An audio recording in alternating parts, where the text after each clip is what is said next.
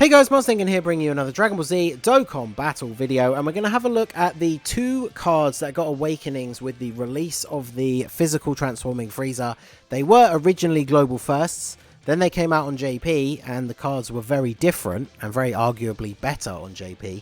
Then of course FRIEZA came out on JP first, so they got their awakenings. Now they finally awakened on global, and they are slightly different because they've retained some of the differences that the card had for the global version, while still matching up to the rest of everything else with the JP awakening. So technically they are slightly better on global. The Cell is a very minor change, but the FRIEZA, you could argue, is quite a significant one. So now that the Angel Final Form FRIEZA is awakened, he has a Tech Types 3 key 90% leader skill. His super attack infinitely raises attack and defense, so he's become very useful for those longer form events. And he does supreme damage with a rare chance to stun. Now the JP version does not have the chance to stun on his super attack, and this is because the unawakened version on global had the chance to stun, and then when it came out on JP his kit was completely different and he couldn't stun. So with this awakening we've kept that, which even though it's only a rare chance, which I think is like 20%, it's still better than nothing. So for certain events that's going to be quite useful. And then his passive attack 120%, defense 100% when performing a super attack, so realistically he needs to be in slot 2 or 3. He changes int key spheres to rainbow key spheres, and then he reduces damage received by 40% when all allies are in the Otherworld Warriors category. So that last part, damage reduction, that's really good, but only on a full Otherworld Warriors team. So as you can see, I gave him a little bit more additional because of the stun. Haven't had a chance to level him up too much. And then yeah, he's in Wicked Bloodline Transformation Boost and Otherworld Warriors. Now, as you can see from the team build that we've got, the one thing about these guys that affects your team building is the fact you have to have all Otherworld Warriors category allies. But one of the main leaders, I guess, we've had the release of the FRIEZA, who we've brought as a friend, but they share the same name.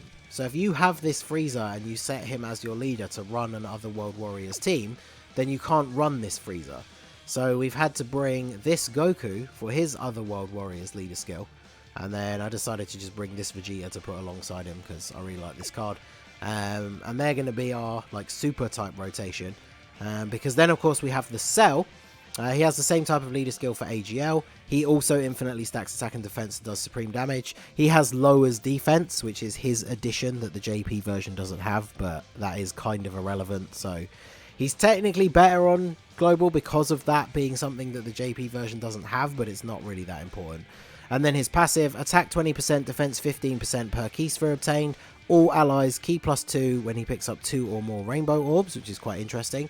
And then attacks effective against all types when all allies are in the Otherworld Warriors category. So I think his one is maybe less important than the FRIEZA, because obviously like damage being effective against all types is really good.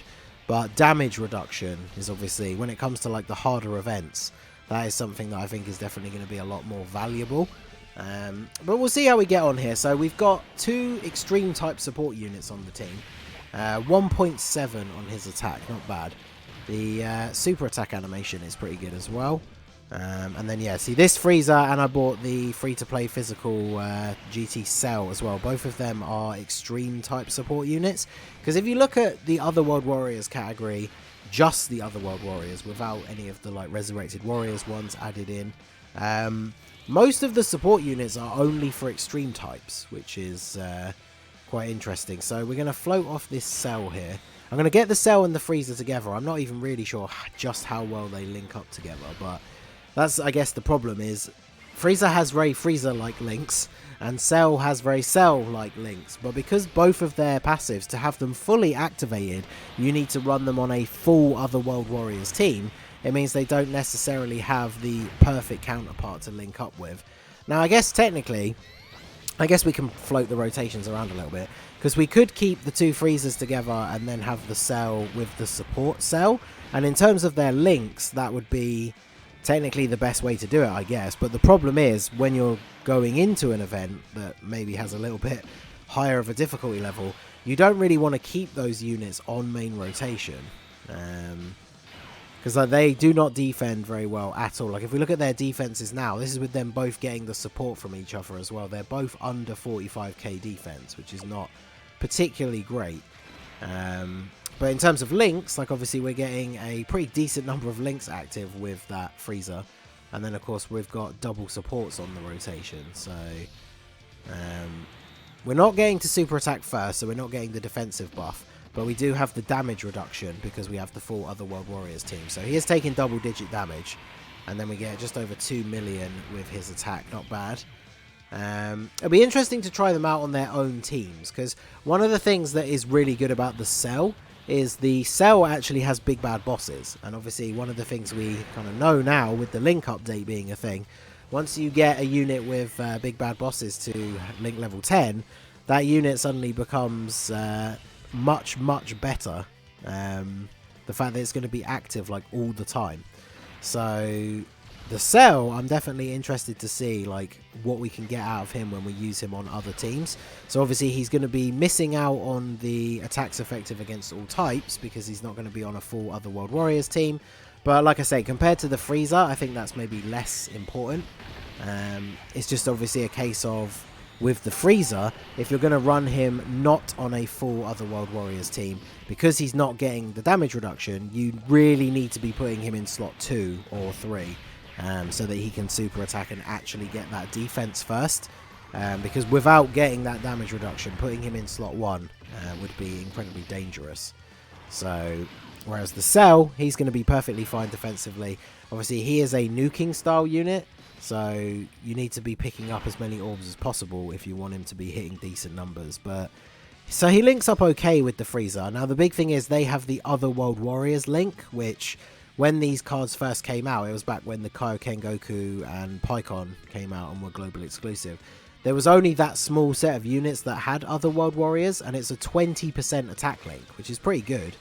So we can pick up 6 orbs with Cell. What does that give us for him defense-wise? 116, that's pretty good. And we got type advantage on this turn anyway, so we'll go ahead and do this. Obviously we are getting a little bit of support from the GT FRIEZA, but we'll see what we get here. And then obviously once the cell floats back around again, we'll link those two up together as well. So 1.5 on his attack, not bad. And then we get the additional as well. Let's go. His super attack's pretty decent as well. I wasn't expecting them to get like crazy good animations when they awaken or anything, but they are pretty decent. So yeah, let's get this cell floated off here. We're actually able to get the 6 orbs for you as well, so that's good. We'll do this. I do like running these two together. I think it's a great combo. I mean, I've mentioned before a few times how much I like this LR Vegeta, so this is quite a decent combo when you run them together.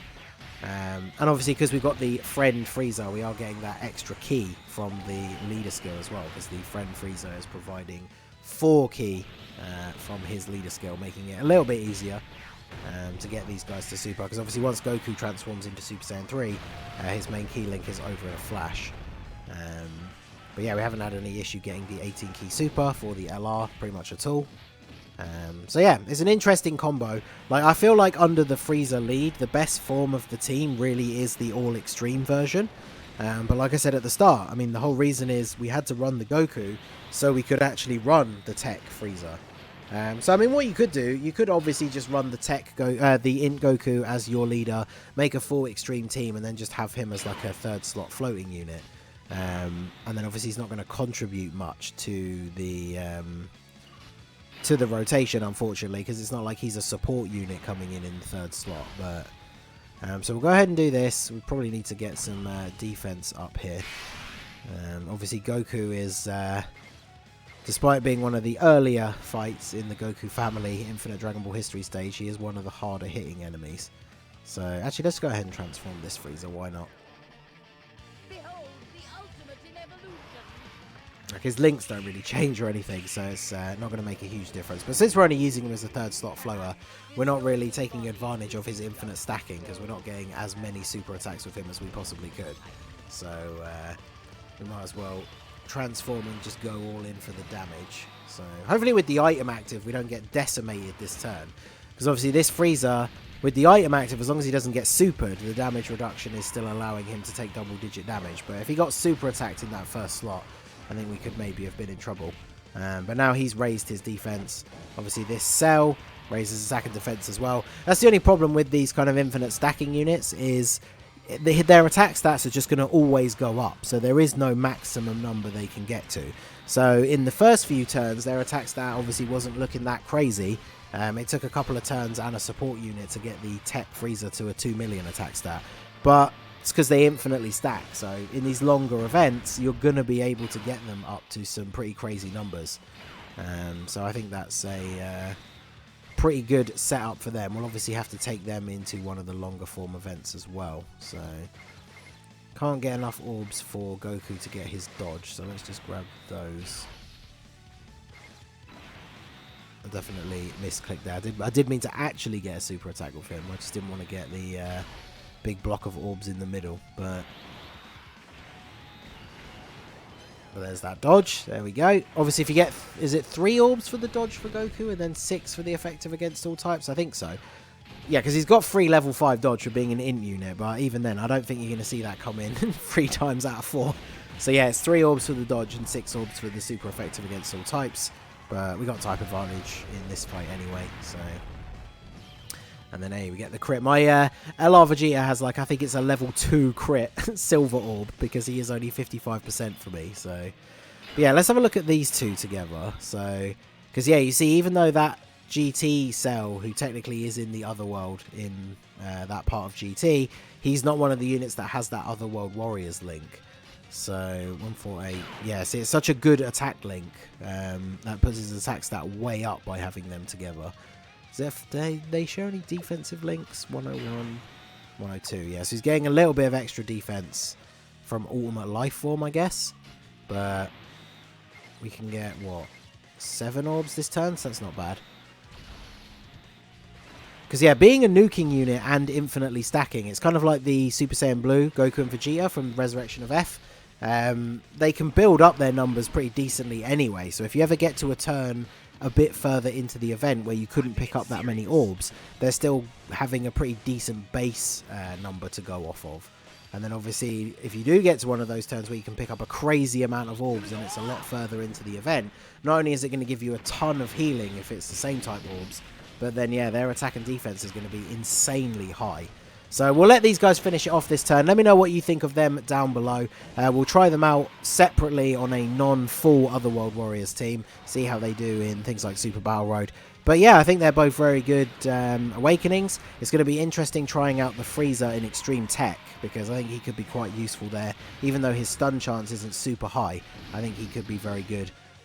So we'll have to see how that goes as well. But let me know what you guys think down below in the comment section. So that is going to be it for the video, guys. This has been the Masked Ningen. Smash that like button, subscribe to the channel if you are new. Check out the link to my Discord in the description. Feel free to join in the fun over there. And I will see you all again soon. Have a good one.